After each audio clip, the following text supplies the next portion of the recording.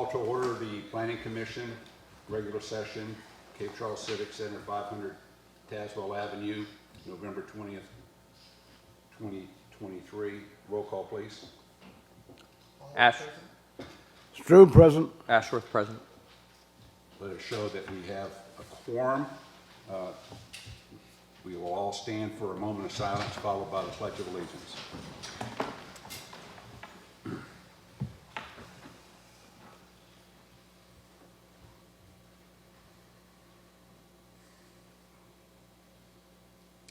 Join me in the pledge. Pledge allegiance to the flag of the United States of America and to the republic for which it stands, one nation under God, indivisible, with liberty and justice for all. May be seated.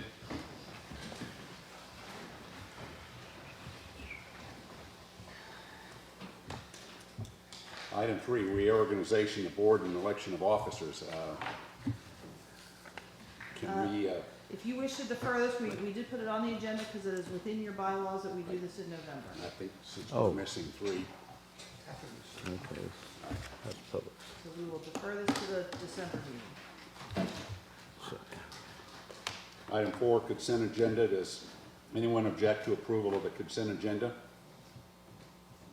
Hearing no objection to the consent agenda will be taken by unanimous consent, common consent. Number 5, public hearings.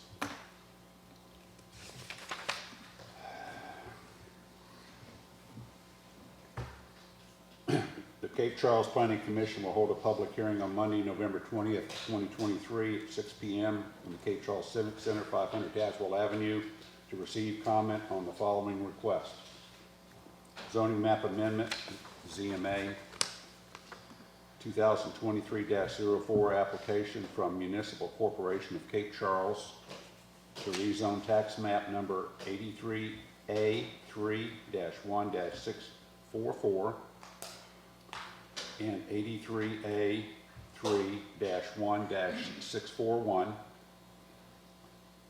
11,301.22 square feet from commercial 1 to residential 1 pursuant to the Cape Charles zoning ordinance section 2.7.2 and section 3.2. Everybody in attendance has signed this to speak. I've got 2 people here, okay? All right. So if you would like to have a summary. Yes, I will. As I've indicated in our staff report, in February of 2023, the town issued a broad request for proposals seeking developer concepts for the redevelopment of the library building, including possible consideration of the 2 lots located directly behind the library which front on Randolph. As I described further in the memo, those 2 lots have been part and affiliated with the bank property as a whole since it was a bank for many, many years. And then when the town acquired that from the bank, all of that came with us, just so you're aware of that history. They've never been developed for any residential nor actual commercial use that I can tell, whether that be a parking lot or any other ancillary services to support the bank operations when it was there, nor since the library has been there. So those 2 lots that front on Randolph have remained undeveloped all of these years. Coming back to this, based upon the responses received by the town to the RFP that was put out relative to the library, the committee that is charged with reviewing those has been working on that for the last several months. And their most recent has been to advance discussion and contract negotiations with city and guilds to purchase and renovate the library building, which at that time it included with the town buying back the library portion of the building through a condominium agreement, and the remaining portion of the building and 3rd floor would be developed into a single residential unit. And the purchaser would also be purchasing the 2 lots behind the library. That has slightly changed, and that was announced at Thursday's council meeting. While the library concept is still moving forward for the building itself, the purchaser, City and Guilds, no longer wishes to purchase the 2 residential lots. The town has indicated it is still their desire for those to be pursued through a residential development, not commercial, so they are still holding fast with this application proposal for rezoning it. And they've indicated their desire that they would, the town would put those out for bid in the near future, and probably establish a minimum bid price for each of those lots as well. It sounds like it could be up to $300,000 per lot, but again, those are details still to be forthcoming when the town finally makes that decision to put those two parcels on the market. As I said, through this process, it was deemed that these two lots should be rezoned from commercial 1 to residential 1. And it was requested that this should be done prior to the town finalizing the library project contracts, which they're anticipating those happening not necessarily by the end of the year, but it was close. That sometime December could now happen in January before they all get finalized. Hence, we are here at this point, moving it through the public hearing process for rezoning. Town Council passed a resolution of intent as required by our town zoning ordinance and the Virginia Code. They did that on November 2nd, 2023, initiating this rezoning application process. We have attached a survey of the library property after the purchase of the 4 lots that comprise the library property in December of 2012. Things I do want to note, since we have received some comment on this, so we do want to talk about it just very briefly. There is a easement that runs along the side of one of these, I'm going to call it the quasi-residential lot running off of Randolph. It's lot 83A3-1-64. There is no intention at this point in time to close off or abandon that easement. I do know that we are having conversations in the town, amongst the town staff, as we're looking at the library proposals. Can we clean up some of the operating issues that are occurring behind the library building? There are dumpsters back there, there's parking that goes on back there, there's a propane tank back there. Should we look at trying to create a proper alley easement coming right behind the library that connects all the way back behind Mason Avenue buildings, going further in, and looking at potentially discontinuing the alley that is shown running along that quasi-residential lot? No decisions have been made in certainty with that. We just wanted to make you aware, yes, we are having those conversations to see if that can be addressed and remedied as we're trying to deal with the library property as a whole. Other things I just wanted to point out for you. I think that may be all of it. So if you have any further questions for me, I think I've covered the basics of everything. Kelly's actually uses that area as a dumpster as well. The town agreed many years ago to allow Kelly's to put a dumpster there that services their property. That is one of the issues that we would like to get remedied. It doesn't mean that will go away for where their trash should be collected. I think part of this is we'd like to get into some formal arrangements over some of those agreements that were made verbally many years ago. Okay? Questions of her? Okay, just be clear, the builder with whom the town is negotiating is indifferent with respect to the disposition of those 2 lots. Is that correct? He's now indicated he no longer wishes to acquire those 2 lots and develop them residentially himself for sale So- values. So he would like to pull those out of the transaction and only proceed with the library property Yeah, itself. so whether it changes or not, it doesn't make a bit of difference to him. No, Right. no. But the town council is still wishing to move forward for the rezoning because they do not feel those 2 lots on the corner of Randolph and Pine should be developed commercially. And they felt the residential zoning designation is more appropriate. Yes. And that's, Katie, because they just sit fallow for the past however many years it's been? They haven't been developed commercial? I think that's been part of it, and more importantly, as the town council looked at this, they really felt that side of Randolph should stay residential. And they felt that was more in keeping with the district and the neighborhood. Yes. Okay. Okay. Any other questions? All right. We'll go into public comments now. Let me remind you to please state your name, your address, and you have 3 minutes. First one is Mark Pugh. Hello, everybody. My name is Mark Pugh. I own 211 Mason Ave, and I have a residence at 245 Mason Avenue. I have no problem with the rezoning of Lot 644, but there is strongly oppose any action on Lot 641 since it contains a recognized public driveway that is critical to several commercial properties that front Mason Ave, including our property. If you can look at the application, Part 4, Section B, where it requests the answer to describe how existing conditions have changed, thereby making the proposed amendment needed. But all the applicant states for that reason is that they have a real estate deal. And that's not what I believe the spirit of the code is asking for here. I believe it is asking about how the existing properties of the neighborhood and affected properties have changed to warrant this application, not the fact that you have a real estate deal. If that was the bar, then any real estate deal in town, you could say, well, that's my reasoning, I want it rezoned. So I'd like to discuss in real terms how the existing condition of the two lots and the neighboring affected properties have changed. Lot 641 and several other lots, including mine, all share a driveway that is comprised of a hodgepodge of easements. The town has no clue what all the easements are.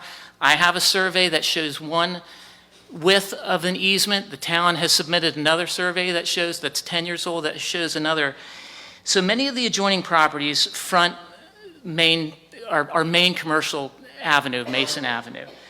And we use, and a lot of other businesses use, that back alley as an access to keep stress off of Mason Ave. So now we have a new restaurant being developed at 213 Mason. The distillery is going into Watson's. Something's going to go into the distillery. My store went from a used furniture store. We do over $1 million worth of business a year. That takes a lot of boxes, a lot of time, a lot of traffic that we do not want to tie up on Mason Ave, and we do not tie up on Mason Ave currently. So my worry is there's so much stress on Mason Ave that closing off that lot into a small, where it's deeded, and it has never been like that. So now I want to address, because I'm in a hurry here, what is called a prescriptive easement in real estate law. The state of Virginia defines it as prescriptive easements arise from continuous use of a particular area for a particular purpose for a requisite period, it's usually 20 years, with knowledge and acquiescence of the owners. These easements are thought vested in the public interest for the purpose of right and passage over the way. 15 seconds. Okay, our contention is there is prospective easement on Lot 641. There's a curb cut that's 12 feet wide on Lot 41. The town has submitted the survey. The plat from Northampton County shows it as a road. It's a prescriptive easement, and I would just hope the town council realizes the legal difficulty that they may get into if they try and close it. Thank you for your time.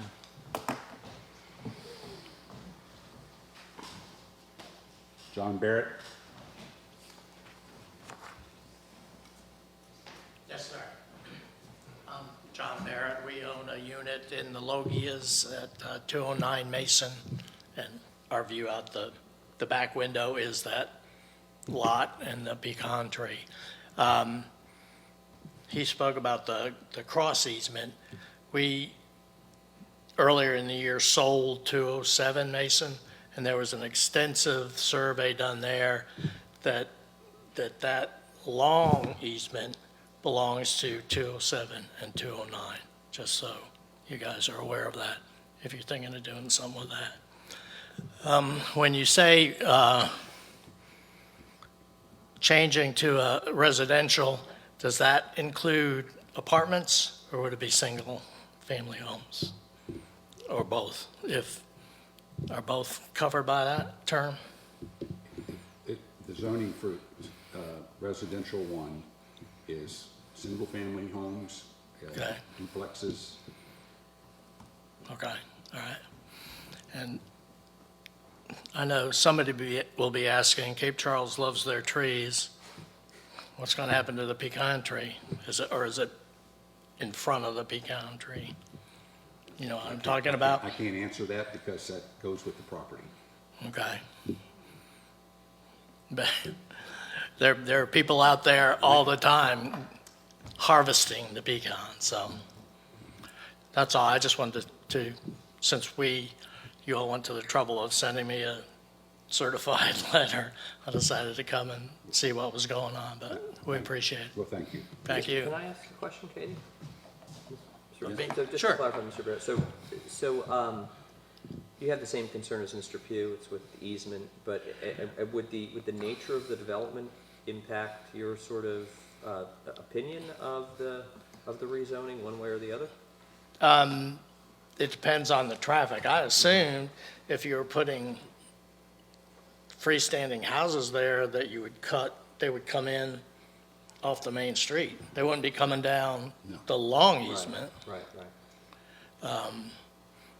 And certainly we all know how cluttered it is there behind Brown Dog and the library. I mean, the Logia's condominium have a small trash thing there too.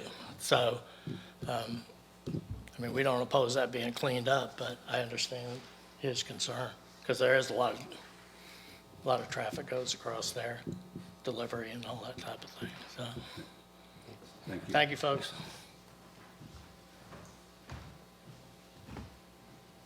Okay, do I have request a motion to close the public hearing? So moved. Second? All in favor? Aye. Okay. Next is, 6 is a citizen comment period for any item not subject to the advertised public hearing, and I see we don't have any. 7 is unfinished business. We have no unfinished business. 8 is new business.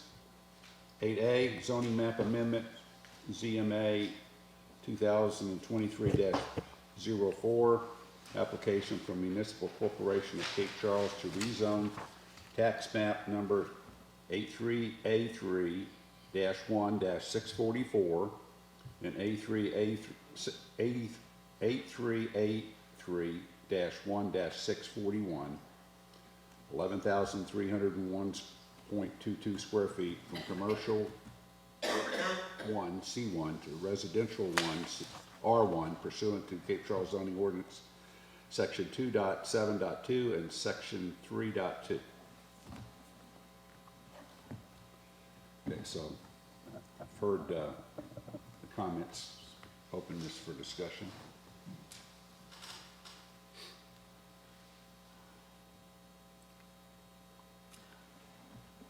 So just so I understand, Katie. Can you speak into? Yeah, that? of course.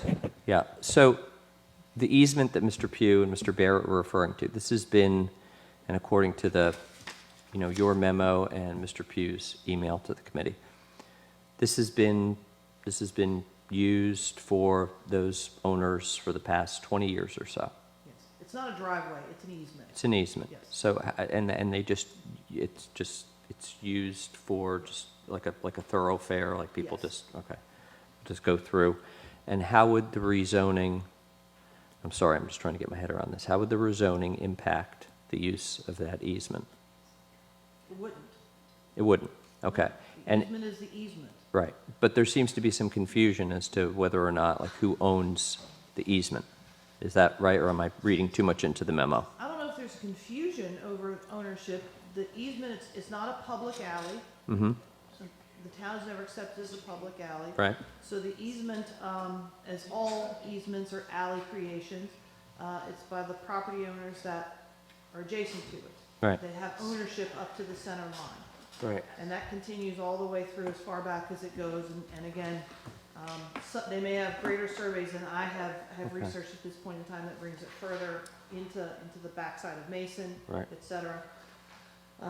The town's concern is only on where to fix the land that the town owns at this Right. point in time. There is a portion, so part of our thought process, as I said, is we are trying to see if there is a possibility, can we clean some of this area up? And we think a straight easement, an alley easement directly behind the library that ties directly into how that easement continues behind all the other Mason Avenue buildings might be something we would like to explore and see if we can get that properly established. I can't guarantee any of that. I can tell you that has been a task that's been assigned to the project manager, Bob Panic. And he's been in conversations with me, of course, and with the town manager, as we're starting to see if this is viable for us to accomplish that as part of this potential sale of property. Yes. Nothing has been decided, but it has nothing to do with the rezoning either. Right. So- And is this, and maybe this is a question for Mr. Pugh's, memo here. It says that the prescriptive easements, there's been continuous use of this area with knowledge and acquiescence of the owners. Again, those are legal issues and legal determinations I'm not prepared to make or acknowledge at this point in time. Those are matters to be decided in a court of law. They're not language I would use in my course of business. Yeah, I mean, there's a similar concept in, of adverse possession, when there's a piece of land that's used detrimental to the knowledge and it's open notorious to the interest of the actual owner. Then, the people who are using that strip of land after a certain amount of time, which is set by statute, are able to, ownership in that land vests in them. This sounds a little bit, not quite like that, but a little bit. And I'm just wondering if this has been an easement that's been used for 20 years and the But property we're not owners. taking away the easement. No, I understand. So No, I I'm not just, exactly clear how that's relevant to a I- rezoning application. I'm just trying to make sure that the Okay. concerns that have been raised here, that the property owners are going to be able to continue to use this easement that they've apparently relied on for the past 20 years is still going to be there after we rezone. Okay. Yes, there's been All right. no indication ever given to anyone that we would shut down this easement or alley access upon rezoning if that's where the town goes. Can I ask a question? Sure. No, that's the No. chairman's No? call. No? Sorry. Okay. Yeah, Sorry, Mr. Chairman, can I ask a question, please? sure. The width of the recognized driveway, recognized by the County of Northampton in their plats, look at that survey. Ms. Nunez is trying to say an 8-foot easement alley is going to be the same as a driveway that projects nearly half of Lot 641. There is a curb cut to the driveway that the town and the state have had for years. So you cannot equate that driveway with an 8-foot little alley that you could not get any vehicle down. And I believe it's very disingenuous by the town itself trying to equate this 4-foot access easement on Lot 640, the 4-foot access easement on Lot 641, and say, that's the same as the driveway, because it is not. They didn't say it was the same as a driveway. I know, sir. I'm just a prescriptive easement, unlike adverse possession, does not convey right or title. Right. But the driveway that is clearly platted on the survey is what the prescriptive easement I hear you, is. I hear you, okay? I And just if you look wanted to- across the street, across from Pine, that alleyway behind that's over there, that's 8-foot easement too. Okay? So, I mean, yeah. I'm with you, I don't want to. I understand. I mean, Trust me. we said the easement's it's gonna stay there. The town is gonna try. The best solution is to come off of Pine Street and go parallel to Mason and Randolph and cut and come into that. That way, we don't have a problem, okay? I understand that, We, but we, at we this also, point, we, they're asking to rezone them without saying, but, we'll take care of that in the future, don't worry, people. let me just also say this, for everybody's, clarification. The comp plan, in 3 iterations of the comp plan, we've recognized alleys in the town of Cape Charles a lot of them are undefined, but we know that is essential for the businesses there. We've known that, and it's just something that can't just go away. And and the town knows that. I understand. So, and I'm sure that the town and the town manager will do what's best. And so, I'm sure they're gonna do that. So, I just so. would hate to have commercial. I read your addendum. I know. Yes. Thank you, So, sir. okay. Any other Discussion. Okay, do I have a motion to, do I have a motion? I'm sorry to interrupt, Mr. Chairman. So what we're voting on, just want to know what I'm voting on here. We are just voting on rezoning from commercial to residential. And we're not including any language whatsoever on maintaining the current easement, expanding it. I mean, despite this difference, the differences that we've just heard today. That's correct. Right. And the developer who's ever going to, whoever wants to purchase this land, this is the same person who was going to, Right now, No. it's the town. it's just the town. The town. Okay. The town is the owner of the land. Okay. And as we learned on Thursday evening, City and Guilds no longer wishes to acquire these two parcels as any part of the library concept in that contract. Mm-hmm. So the town is only further committed, the town council is only further committed, they would like to still move forward with the rezoning. And if they are going to sell, they want to ensure it is for residential development only. Thank you. Okay, so, Mr. Chairman, I'd like to make a motion. I'd like to make a motion to recommend that ZMA 2023-004 to rezone tax map parcel number 83 Alpha 3-1-644 and 83 Alpha 3-1-641 from commercial -1 to residential -1, zoning as consistent with the comprehensive plan and future land use map. all right, do I have a second?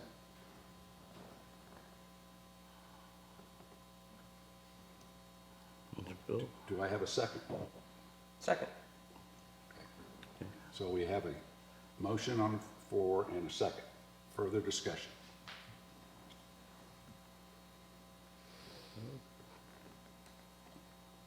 No further discussion. All in favor, say aye. Aye. Opposed? Okay, it's carried.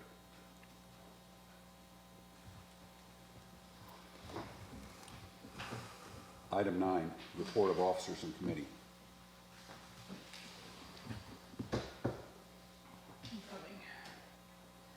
Just since we have members of the public here so they're aware, your recommendation moves over to town council. All the comments provided at today's hearing will be included in the staff report that goes to town council, including all the written comments submitted.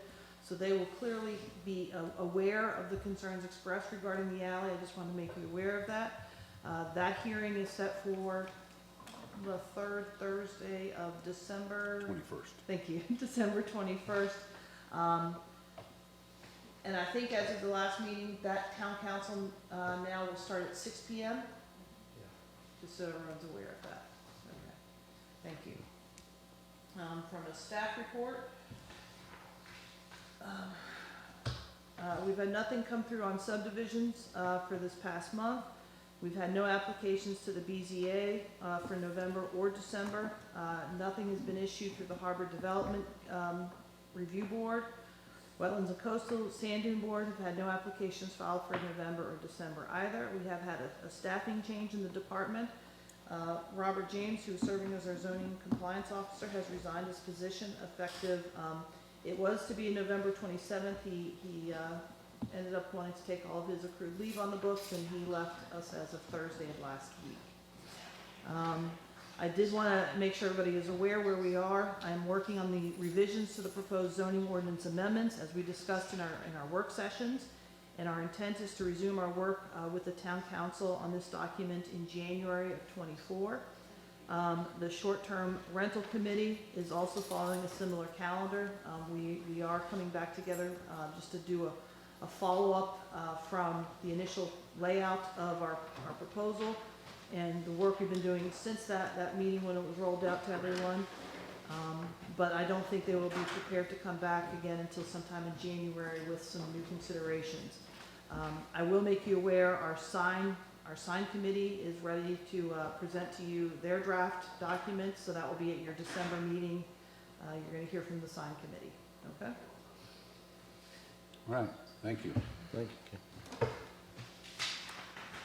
So Number 11, announcements, next meeting, regular session Tuesday, December 5th, which is about 10 days away.